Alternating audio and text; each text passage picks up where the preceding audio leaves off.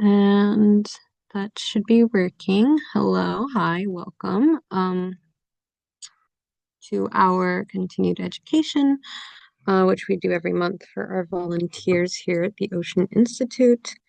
Um, my name is Carly. You've probably met me. I'm the specialist for the volunteer department. And it's me and Sophia who run the programs. Today we're going to be talking about estuary ecology, which is very topical, as next month should be, fingers crossed, the opening of our new estuary exhibit. Our estuary exhibit is going to habitat um, where um, currently is surf science. It's been closed off to the public for a while.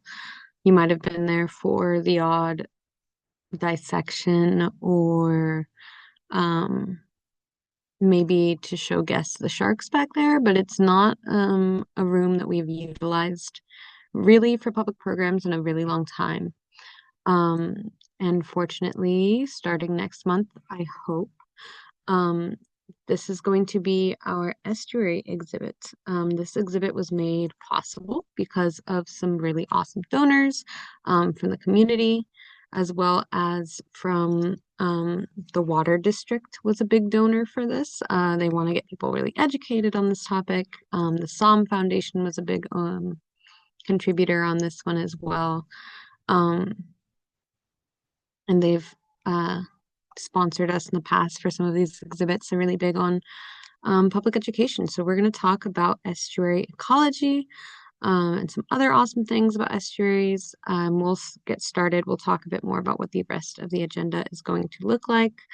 We're going to talk about some updates and announcements for our volunteers, of course. We do this every time. Then we'll talk about what an estuary is and some local examples that we have here in California. We'll talk a bit about their geography, their biodiversity, why they're very, very important spaces, and some conservation efforts that are currently being made to some of these um, habitats. And we're going to talk a bit about what those exhibits are going to look like opening up. As volunteers, of course, you guys are going to be kind of running these exhibits, sharing knowledge with the public. You'll be in this space just as you are with our other awesome spaces and exhibits. So we're going to go a little bit over what it's going to look like tentatively. I've seen the plans for it. I've seen what they want to do for it. So we're just going to talk about the stuff that is for sure going to be there.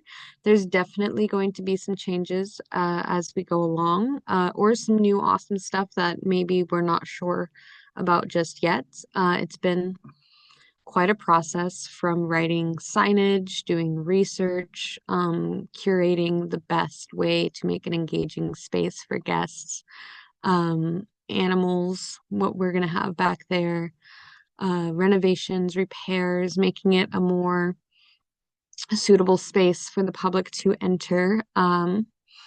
It's been a really, really long process, and I'm glad that it's finally coming to fruition. It's been a lot of hands working on this, so we may just need to stay tuned for what exactly is going to um, change or what it's going to look like, what's gonna how the vision's going to turn out. But we will talk a bit about what we know is going to be there, what you guys can kind of brush up on research for now, what we can learn now, just so you're kind of ready when the space opens to kind of step into it with something to talk about. Um, but first, some quick updates for our awesome volunteers. If you want to save the date for Maritime Fest, it's going to be a merry time. The Maritime Festival tickets have already been selling, and our websites and socials are live. It's our biggest event of the year. We have so many roles available for our volunteers. We really can't do it without you guys because it's just such a big event. So save the dates of the 12th, 13th, and 14th of September and consider volunteering. There's going to be some really, really fun stuff. We've already got 7 boats that are going to be here. Um, so there's definitely going to be a lot to do. We will be running, if you do sign up for this, We will be running a specific training for volunteers who are going to be there so that you guys aren't going into it blind. We also offer shuttle services to get down here so that you don't have to worry about parking, as well as if you volunteer a full day, we provide your lunch. So we try to make it as easy as possible to volunteer because it is a big commitment and we are always very grateful. So consider joining us for Maritime Fest. It's going to be really, really fun. Um, and then we also have our internship applications open right now. So if you check our website for our Stan Cummings Scholar research internship opportunities, you can join this internship or apply for this internship if you are in high school or college. It's a year-long commitment where you'll meet throughout the year with a mentor and conduct a research project funded by the Stan Cummings Scholar Research Internships. Um, and then at the end of the year, you get to present your research via poster board or via um, presentation at our internship showcase. So you'll get to present it to the public. And then we have our next Distinguished Speaker Series that's going to be on the 6th, and it's going to be, again, very, very topical to everything that we're doing right now. Because we're going to be hearing about from the volunteers and scientists who have been working on the San Juan Creek Estuary. We'll also talk a bit about them later on in this presentation just because it's so topical. So if you like any of the information that we talk about today, consider coming to it. You, as a volunteer, will get in for free and you can bring a +1. And it's going to be a really awesome time learning more about these estuaries. You'll probably be experts by the end of it. And they're going to talk all about what that restoration looks like, probably how people can get involved. It's been a big project they've been working on, so I'm very excited to hear about this one. I've just been collecting all sorts of knowledge about estuaries lately. I think I had the most basic grasp of estuaries, and now I know everything about them, I feel like. So I'm just excited to learn more. This is what I'm hyper fixated on at the moment. I find them fascinating. So let's go right into it. What is an estuary? To define an estuary, we're going to define a few other terms first, starting with habitat, the natural environment where living organisms live. So they're homes. A habitat is like a home. It's where something that is alive, that is living, um, stays, where it has all of its resources, where it spends a lot of time. So that's not always one area, right? Because animals migrate all the time, but those migration patterns are all part of their habitats, so long as they are spending lots of time in these places. Certain animals stick to the reefs, that's a habitat. Forest is a habitat. The ocean itself could be considered a very broad habitat with smaller habitats within it, right? Like the pelagic zone and the kelp forests, those are all different habitats. Um, that's the definition of a habitat, but a geological feature is a physical characteristic of the earth, just like our mountains, our rivers, our canyons, our oceans. So there's a little bit of overlap there, right? A physical characteristic like a mountain can have forests within it, can have rivers within it, and all of those can act as habitats, right? But we call them geological features because if you're not thinking of animals, if you're just thinking of the earth from a geology perspective, they're just things that exist on the earth, features of our maps, features of our earth. Ecosystem is a community of living organisms, so habitats, interacting with each other and with their physical environment, such as geological features. So an ecosystem is kind of how both of these things interact with each other as well as interacting with other things. Abiotic features or biotic features. How does a fish interact with the kelp forests in the ocean? How does um, a mouse interact with grass in a field, with seeds, with things like that. The ecosystem is kind of just how um, everything is kind of working together, what that big circle looks like, right? Um, so using these more broad definitions, an estuary is where rivers and streams meet with the ocean, creating a zone of brackish water, a mix of salt and fresh water. Unique plants and animals are thriving in these areas. So we can take from these definitions that an estuary is a geological feature and it acts as a habitat for many organisms and it creates a distinctive ecosystem. Hopefully that makes sense, right? It's kind of all three, depending on what scale you're looking at. Yes, it is a geological feature because it's usually the mouth of a river and the start of the ocean. Um, and yes, it's also a habitat. And both of these things together are creating a unique ecosystem. Um, and a very unique ecosystem at that. We're going to talk just about how interesting these estuaries are in terms of how they act as ecosystems because they're very dynamic. So let's talk a bit about some of our estuaries that we have here in California.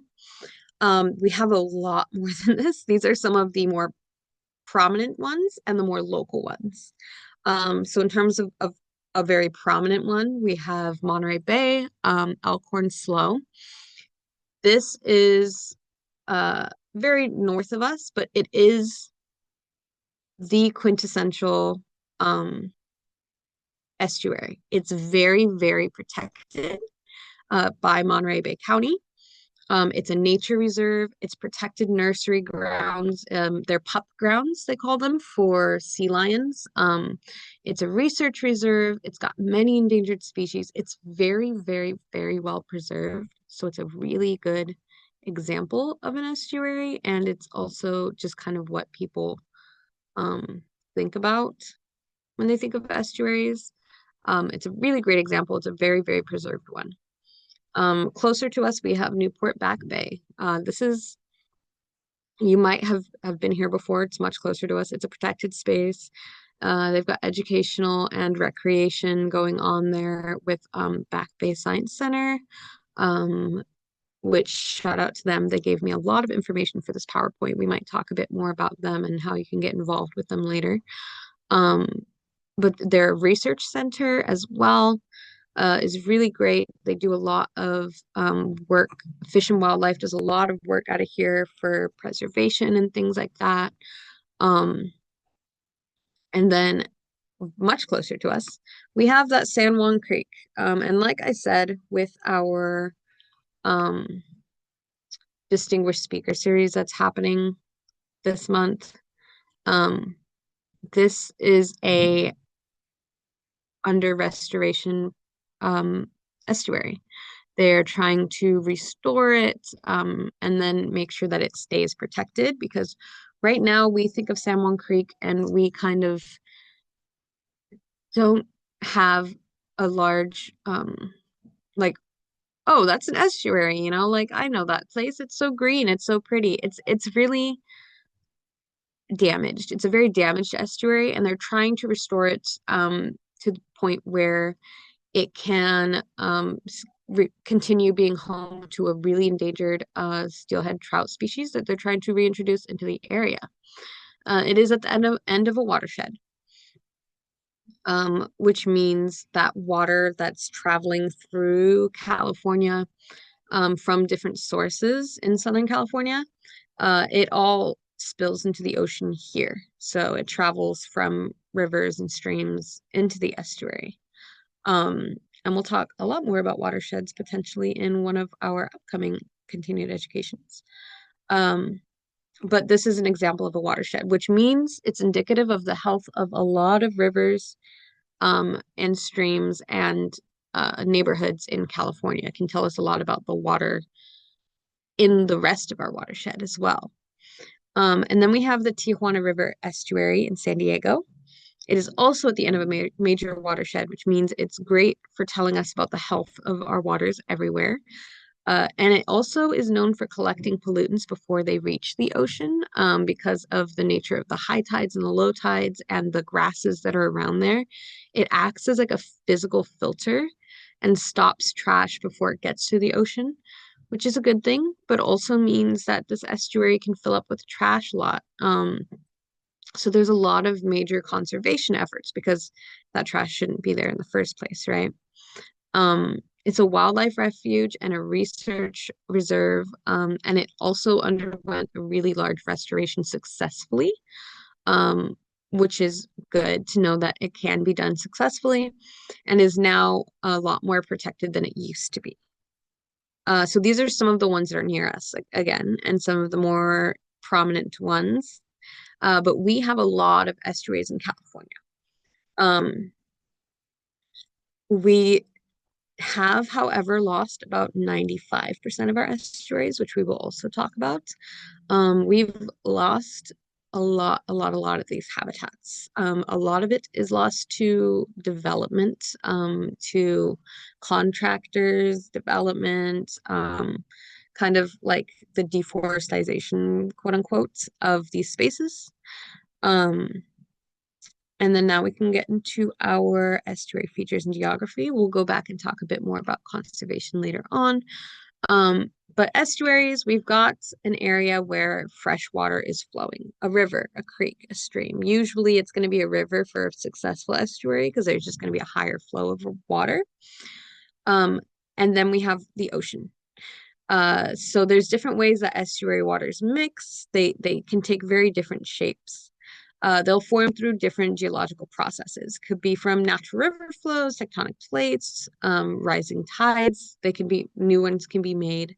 They exist on all continents. They can look very different and can house very different flora and fauna, which plants and animals, right? Um, so that main feature that's consistent among all of them that we're going to use to kind of keep that definition of an estuary in our mind is that there's brackish water and fresh water, or there's brackish water together.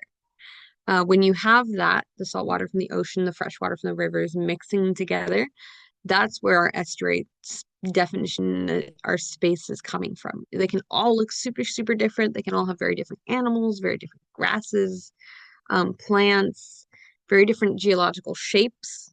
They can look different from maps, but if it's brackish water, that fresh water and salt water that is um, mixing together, then that is how we're defining it as an estuary. Um, these will change throughout the day. Uh, so the brackish water itself can change as well, right? It can be extremely salty at one point of the day. It can have extremely low salinity um, at another part of the day.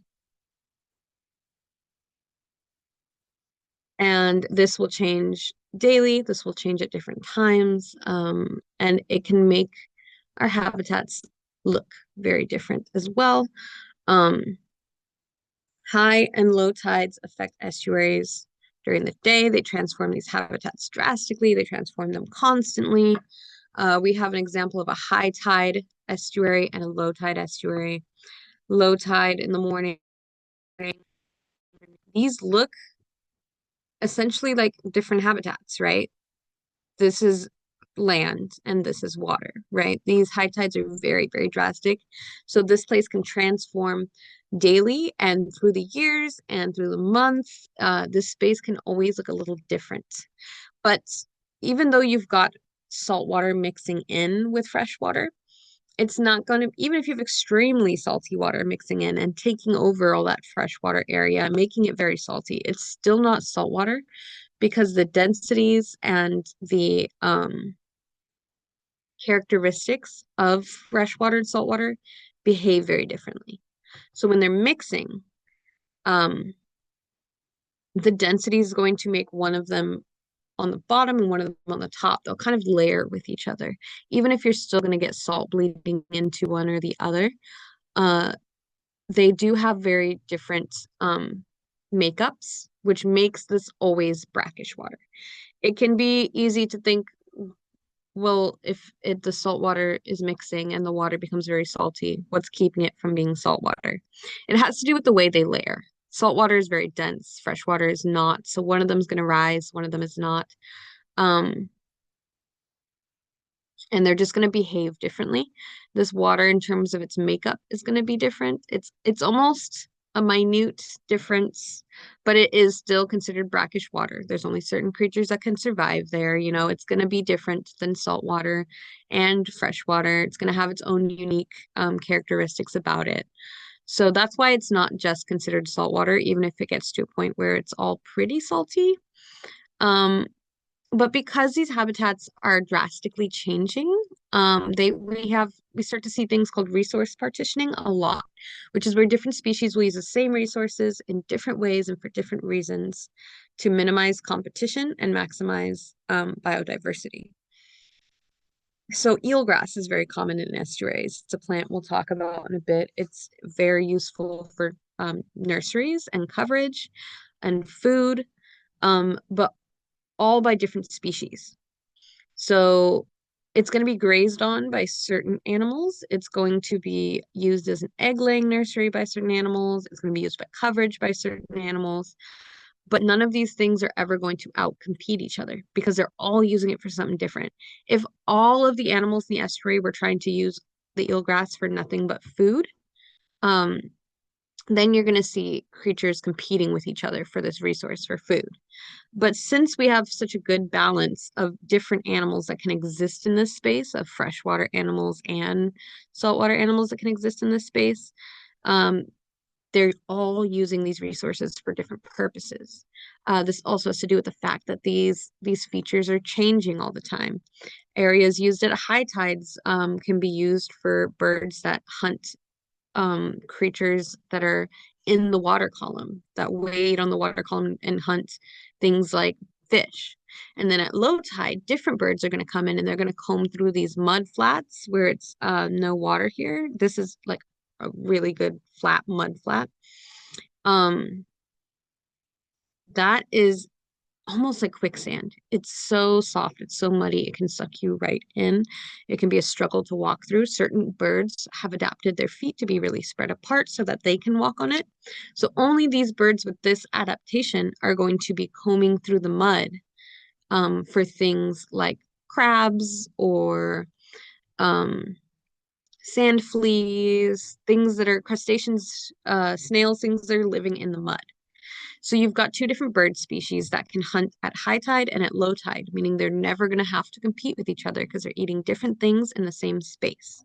This is what we call resource partitioning. And that's why we have such high biodiversity in these places, because almost everything here is so dynamic, so shifting all the time, that you can have tons of different examples of resource partitioning and tons of different examples of ways that animals are successfully coexisting together and never getting in the way of each other's existence. Um, like I said, lots of biodiversity. We've got the salt marsh harvest mouse. It's able to digest. These are creatures that are kind of more adapted to this environment. These are the ones I decided to highlight. There's so many more, but they're adapted to estuaries because they're able to digest high contents of salt and feed on the plants in the banks of the estuaries that are probably much too salty for other species. And scientists aren't even sure how their bodies are processing all this salt. It's kind of a mystery to them, which is really fascinating. It's always fascinating when we don't know something, because then there's just more incentive to figure it out. I just think it's fun that we haven't figured everything out yet, but I think that's amazing. They have somehow adapted to just take in more salt than any normal mouse should be able to. And then we have a great blue heron. They're one of these ones with the adapted toes to navigate mud flats and make sure that they can fulfill an ecological niche, which is just when there's not a lot of other animals going for this particular resource, because it's kind of niche to creatures with the adaptations that are able to um, to use that resource. Kind of like the salt marsh mouse. It's able to use a resource that most other animals are not. So it's kind of a niche thing. They call it an ecological niche. Um, we've got river otters. We also have ocean otters. This picture is a river otter, but we have both ocean and river otters. They're very prominent in estuaries. This is a good thing because in certain locations, these are very like endangered animals. Their numbers are much, much, much lower than they were a very long time ago. So it's great for them to have a space that is safe for them, for their pups, calmer waters, places they can go on land and in the water to hunt. Shore crabs. This is not a picture of a shore crab, actually. That is a Christmas Island crab. But shore crabs, among many other crustaceans, are abundant in estuaries. They make up a very large part of predators' diets.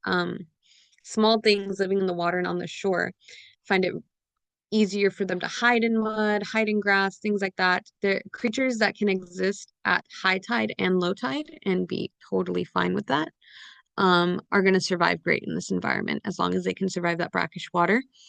Um, they'll like this environment just fine because they can coexist at high tide and at low tide and they don't mind. It doesn't bother them.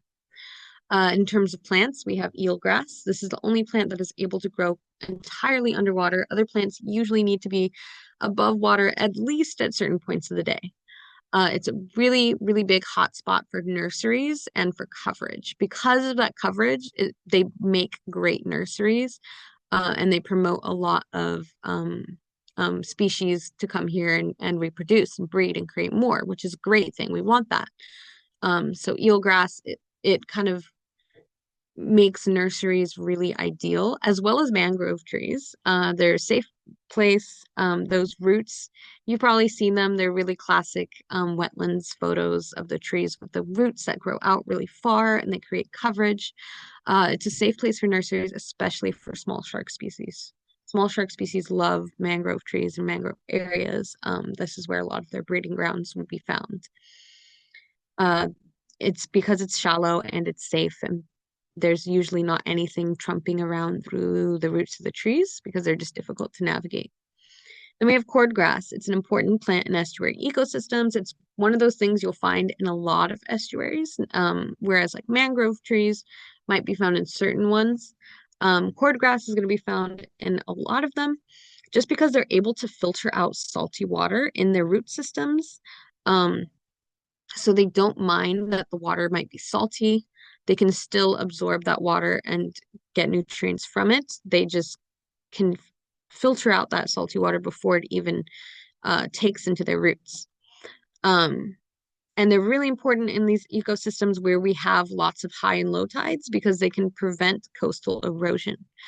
So they'll prevent that high tide when it's really rough from pushing that coastline further and further and further, which is a great thing. We don't want that.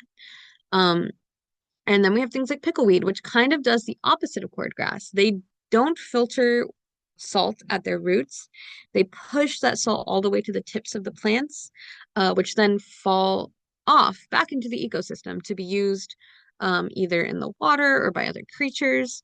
It's kind of like if all of the sugar that you ate manifested in your pinky finger and your pinky finger just falls off like once a month and you grow a new one. It's a very interesting plant. I like that they are both kind of doing the same thing, but in very different ways. They've adapted differently to the same environment. It's really fascinating. And that's why we have so much biodiversity here. Things are adapting in very different ways to do sort of the same jobs. So some of the reason why these places are so important and important to be conserved is that they, again, are big, big nursery grounds. Very, very popular spaces for things like manatees to have their babies, as well as sharks, as well as um, fish. Lots of trout species tend to come to these areas to have their babies. It's a safe space for them. They feel safer there. It's just a great place to preserve for that reason alone. We need creatures to be reproducing. We need them to be breeding, especially some of these creatures that are endangered that tend to habitat these spaces. It's really important that these stay conserved for their sake so they can reproduce, so we don't worry so much about these endangered species. But in addition to that, these are also conservation and research hotspots. Like I said, tons of biodiversity means that it's an easy space for scientists to be doing research on these species because there's just so many of them. It's super easy to see them like in their own breeding grounds, how they act in these environments. These are the kind of spaces that scientists are going to conduct their research. Um, these are also major fishing zones. Um, I believe it is 75%. I'm going to double check that.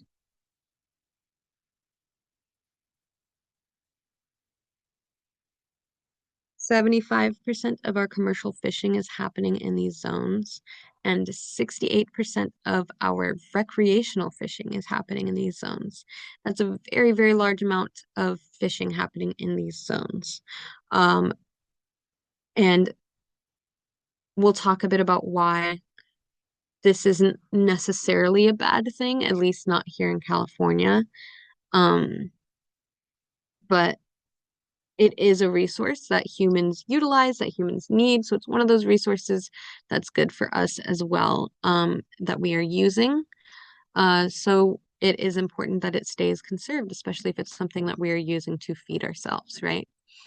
And then we have something called carbon sequestration. Carbon sequestration is a very funny term that just means that this area pulls carbon from the atmosphere, from the air, and sinks it into the ground.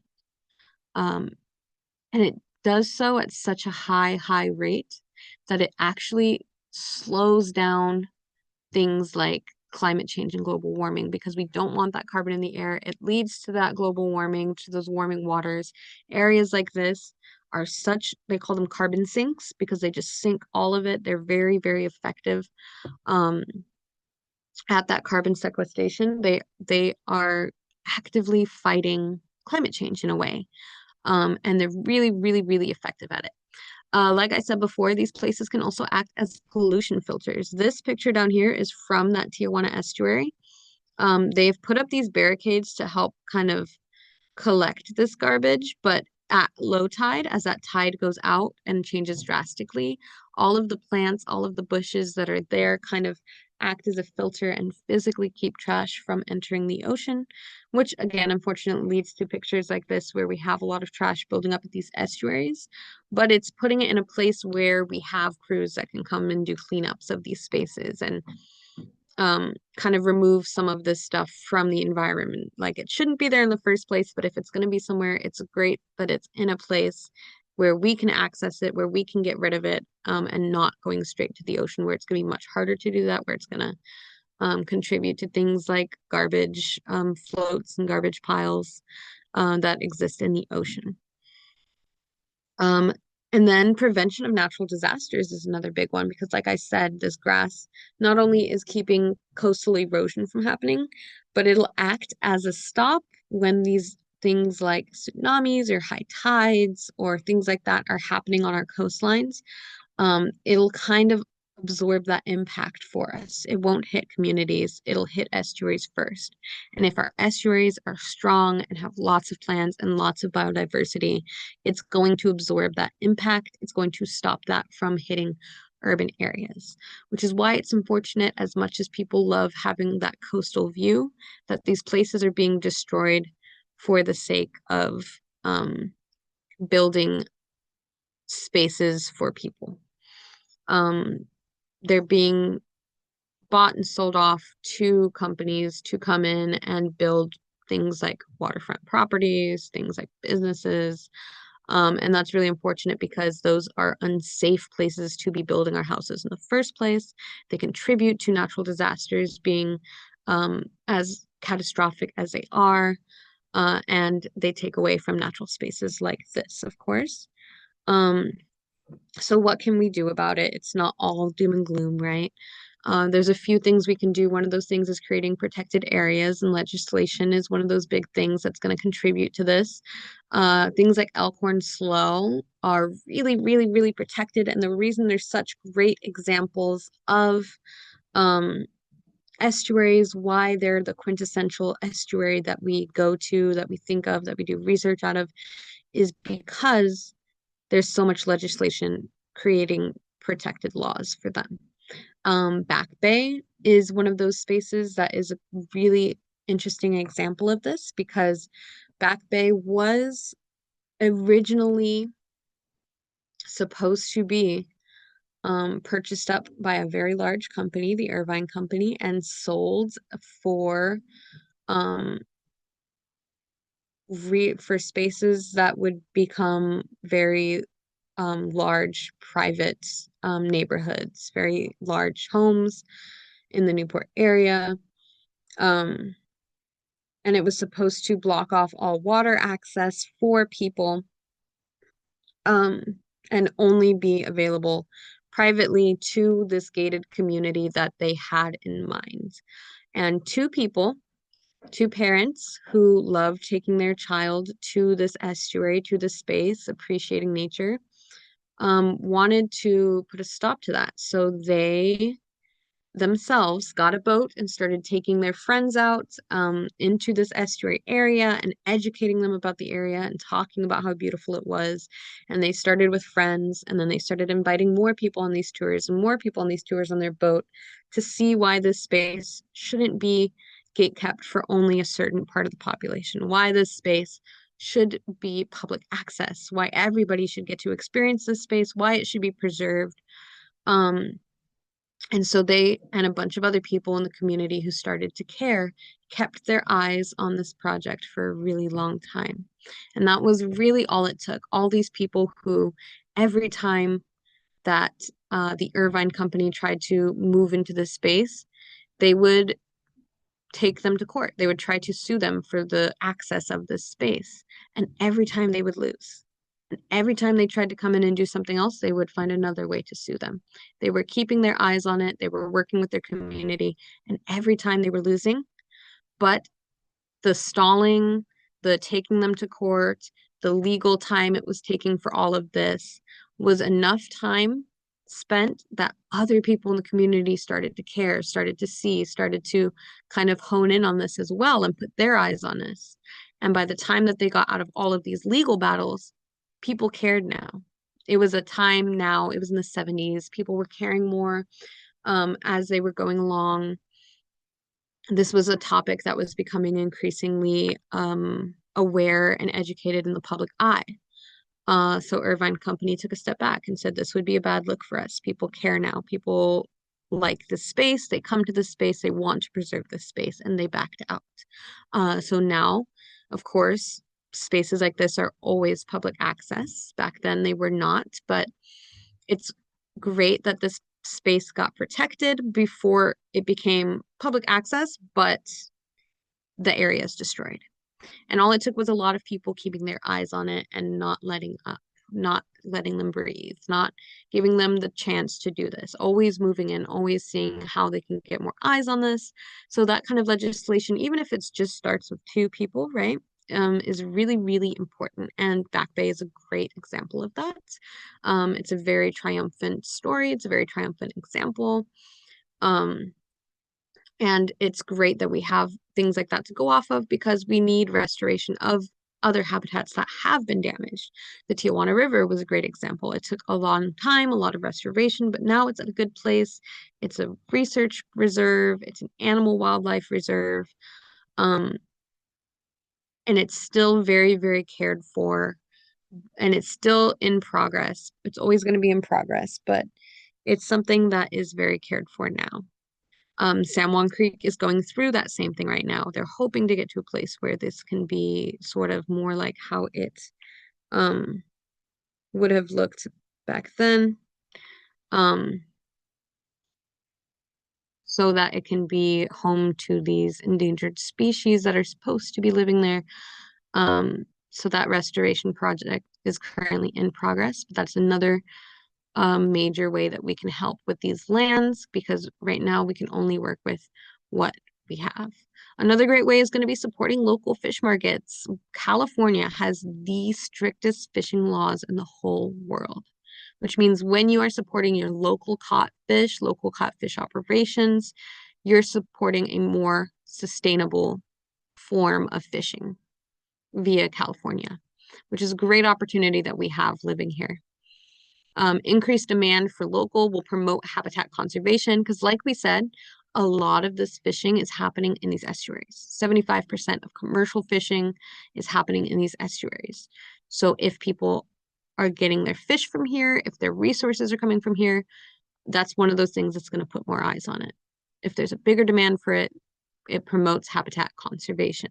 So it seems contradictory, like eating more fish is going to help the fish, but when we have the opportunity to live somewhere with the strictest fishing laws in the world, it kind of is, because it shows that people want this, that people care about this. So if you can, John's Fish Market in the harbor, whatever fish markets that are near you that you know of around the area, if you check the labels, see where your food comes from, if you can, that's another great way to support these spaces. And not one that people often think about, but it is, especially here, a great way to support these spaces. So let's talk about our exhibit features and highlights. Hopefully, you guys have a good base grasp on estuaries now. And feel free to reach out to me if you have any questions. More about this conservation real quick, actually.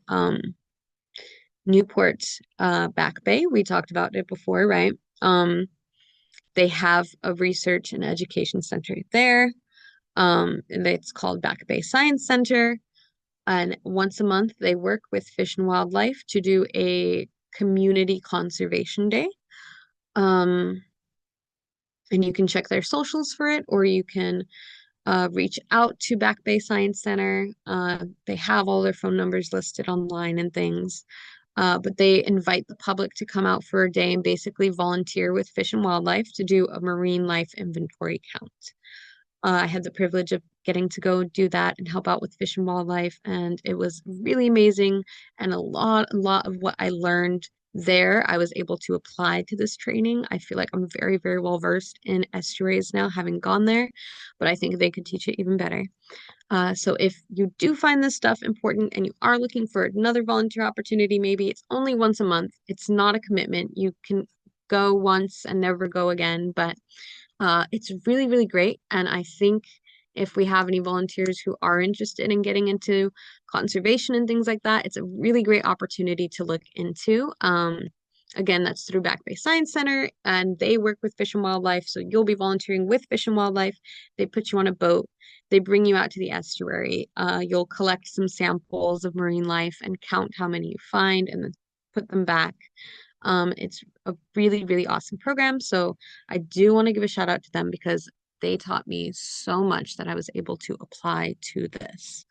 Um, and I feel like I'm an expert now, especially after I hear even more when I go to distinguished speaker and listen to the amazing volunteers at the San Juan Creek Estuary. That might also be a great conservation step for volunteers as well. So both Back Bay and San Juan Creek might be looking for more volunteers if you are interested in getting started in the conservation of these estuaries. Look into both of them, see what it is that you can do. Because it is really rewarding to get to be a part of those things. It was a very, very fun experience too. They were very knowledgeable and very kind. It was fun being on the boat. A lot of people around were very like-minded within the community. Lots of awesome professionals came down and were also volunteering with us. So it was a really great experience. And if you're interested, reach out to Back Bay and tell them you want to go to their next one and ask for the date because I know they do it once a month. I don't know if they've announced the next date yet, but they invite anybody in the community to come join. So it it was a lot of fun and you guys should check that out for sure. So back to our exhibit. our features and our highlights of our exhibits, some of the stuff that we are going to be getting and talking about in this space. We are going to be highlighting geology and sediment of coastlines because that's one of those things, of course, that's going to vary by estuary, but one of those things that's going to be like an important feature that we are going to get to talk about.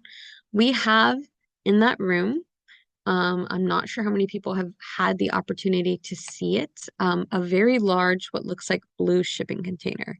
And this is a portable lab. It's a portable lab space that you can pick up and put on a different boat so that whatever boat you're on, you can put that lab on it. It's just a big shipping container, and you can do your research anywhere. And what it's full of, what they were doing research in there with, was sediment and sand. They call it the sand lab. Um, so there's tons of sand samples from different places. It was donated to us a very long time ago, but it's got tons of sand samples from different places. We're going to have microscopes in there so people can look at the sand samples, and see what it's like on different parts of the earth, what the composition of the soil is, and why the soil matters, because it can tell us a lot. Again, it can act as a carbon sink. We can learn a lot about the health of our watersheds, of our water from the sand and sediments. Um, and it's one of those things that can um, contribute to things like coastal erosion and other things like that. So we're going to be highlighting some geology and some sediment of our coastlines. It's going to be very fun if you want to look a bit into carbon sequestration, those carbon sinks, or how that coastal erosion works. Those might be some great talking points for that space. We're gonna have a nursery babies display, so we're gonna be getting all of our little babies that we have come in here or have that are born here are going to be on display. Some of our little fish, because we're gonna be again highlighting how these spaces make great nurseries and why they make great nurseries and why they are really important breeding grounds that should be conserved. And then we're going to have an exploration mural. This is a picture of our mural that we had done out in the native plant garden, right? If you guys remember when that was up and done and getting painted. We're going to have another mural inside of this estuary space that's going to look a little different because it's going to be highlighting estuaries and the animals that live there. But it'll be by the same artist, which is great. His name is Noche, and he loves teaching wildlife conservation through art. He's a great muralist, so it'll be really awesome to see that. And one of those things that's just always great to speak about because once you can learn and identify the animals that are on it, you can just point them out to guests. You can talk about how they're there, what their features are. I can't tell you how many times I've brought classes of kids out to the native plant garden and had to kill time. And we just stood there pointing out every species on the mural or asking how many they can identify. And it's super fun and it's a really great way to know what's in our area. So it's going to be a really great way to know what's in our estuaries as well. That's going to be a great talking point. If you've seen them, they already live in that room, but we have a swell shark tank and we've got some horn sharks that live in there too. Just some of our off exhibit sharks that either don't do great in our touch tank or are still growing or just not great fits for the touch tank. Maybe they don't get along with some of the other sharks or animals that are in there. But this one won't be a touch tank, so it'll still be on display for guests, which is great because they'll still get to see these little guys and learn about them, our swell sharks and our horn sharks. Um, and learn about how, again, these small sharks utilize estuaries as breeding grounds and they like the shallow water and things like that. But it's just going to be another space where we can share about these animals, but there just won't be touching because these particular animals just don't like being touched, and that's okay. As for some new animals we're going to be getting some insects.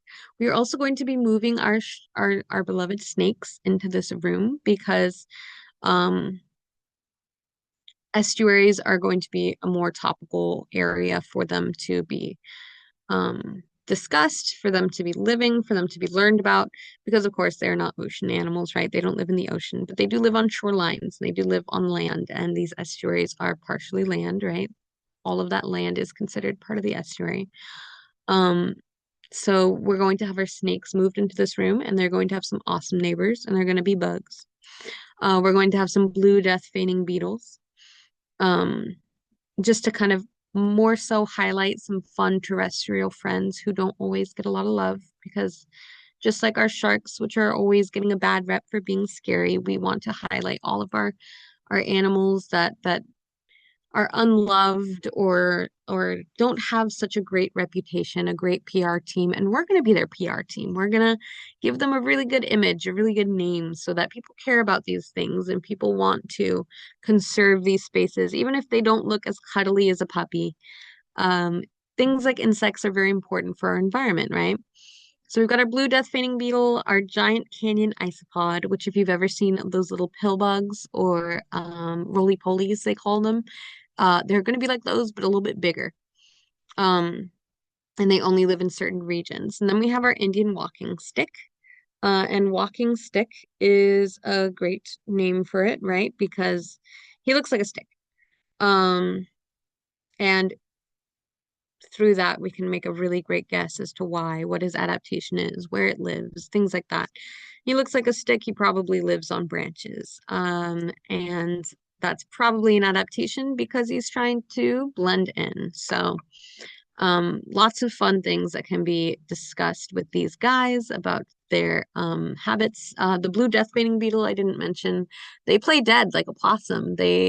Death feigning is very literal. They will roll over onto their back and curl up their little legs and they'll play dead when they're stressed out. Hopefully they don't do that too much here. Just like our snakes are supposed to secrete a really gross smell when they're stressed out, they don't tend to do it here because they're fine with people. And hopefully they don't do that too much because I can imagine that would be very alarming. But it is going to be very exciting. So if you would like to brush up on knowledge about any of these guys, I'm sure we're going to learn so much about them after husbandry and our animal care team has them all settled into their homes. We're probably going to get lots of more training about it that we will definitely be able to pass on to you guys and have you guys really, really hopefully just very confident in this space talking about these things. If you have any questions about anything about estuaries, about the geology, about swell sharks, about how they act as anything, if anything was made unclear, please feel free to email me, klopez@oceaninstitute.org. Um, and I'm more than happy to answer any questions, to find anything out for you if we both don't know the answer. I really want for this space to be one of those ones that people are really, really confident in and just able to talk about it for days and never feel like I have no idea what I'm doing here or what this space is about or what's going on today. Um, so please ask questions, email me. If you want any of the resources that we talked about, send me or Sophia an email, and I'm more than happy to send over the names of the places that I talked about where you could volunteer at, or any places where I got information for this research, um, or anything else, any questions that you need answered. But I think this exhibit is going to be an amazing highlight of a really underrated ecosystem that we have here.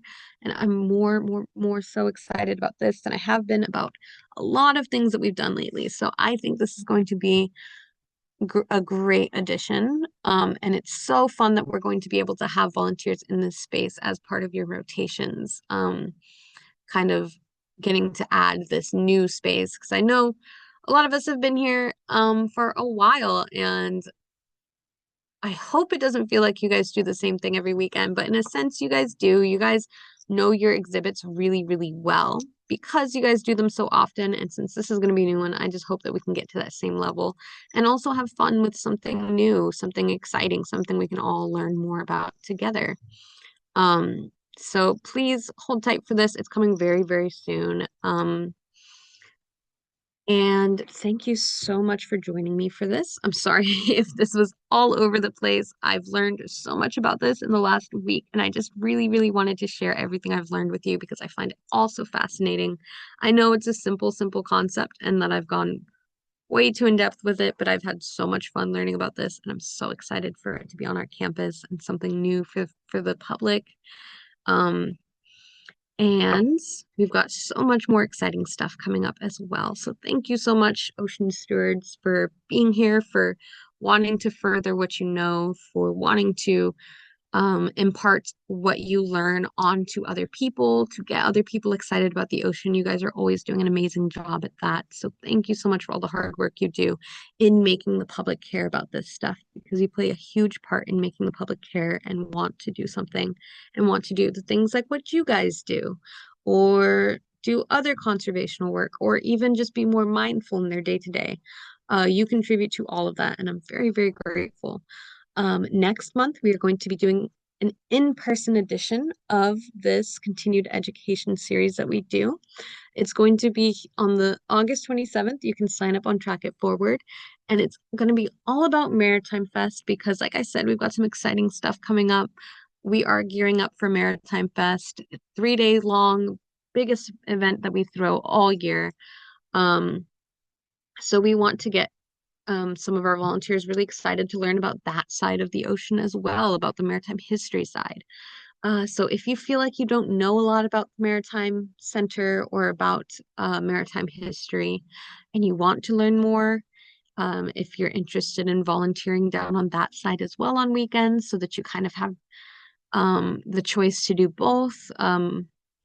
If any of it sounds interesting to you at all, please feel free to join us. It'll be in person. We'll be speaking with our maritime staff who definitely know a lot more than I do about that particular topic. So you'll be hearing from the experts themselves.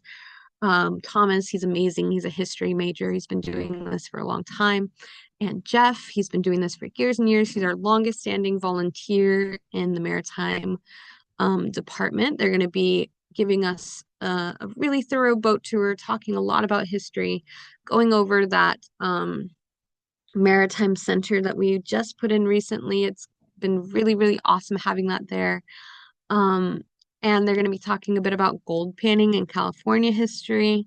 Um, so it's going to be really, really awesome. Please feel free to join us. Again, it'll be in person, so it'll be a little bit of a different format. It'll be lots, lots of fun seeing everybody. So I hope you guys can make it for that as well as we gear up for Maritime Festival. And just if you want to learn more about a topic you're not super sure about, feel free to come. I think it'll make everybody really, really geared up for Maritime Festival. I think it'll be an awesome time. Again, if you have any questions about anything that we talked about today, feel free to reach out to me or to Sophia. I can give you a list of everything that we've learned about today. This was a really, really fun one to make. I know it was all over the place, but I'm very excited to have shared this with you guys and to have learned so much about it and continue learning so much about it.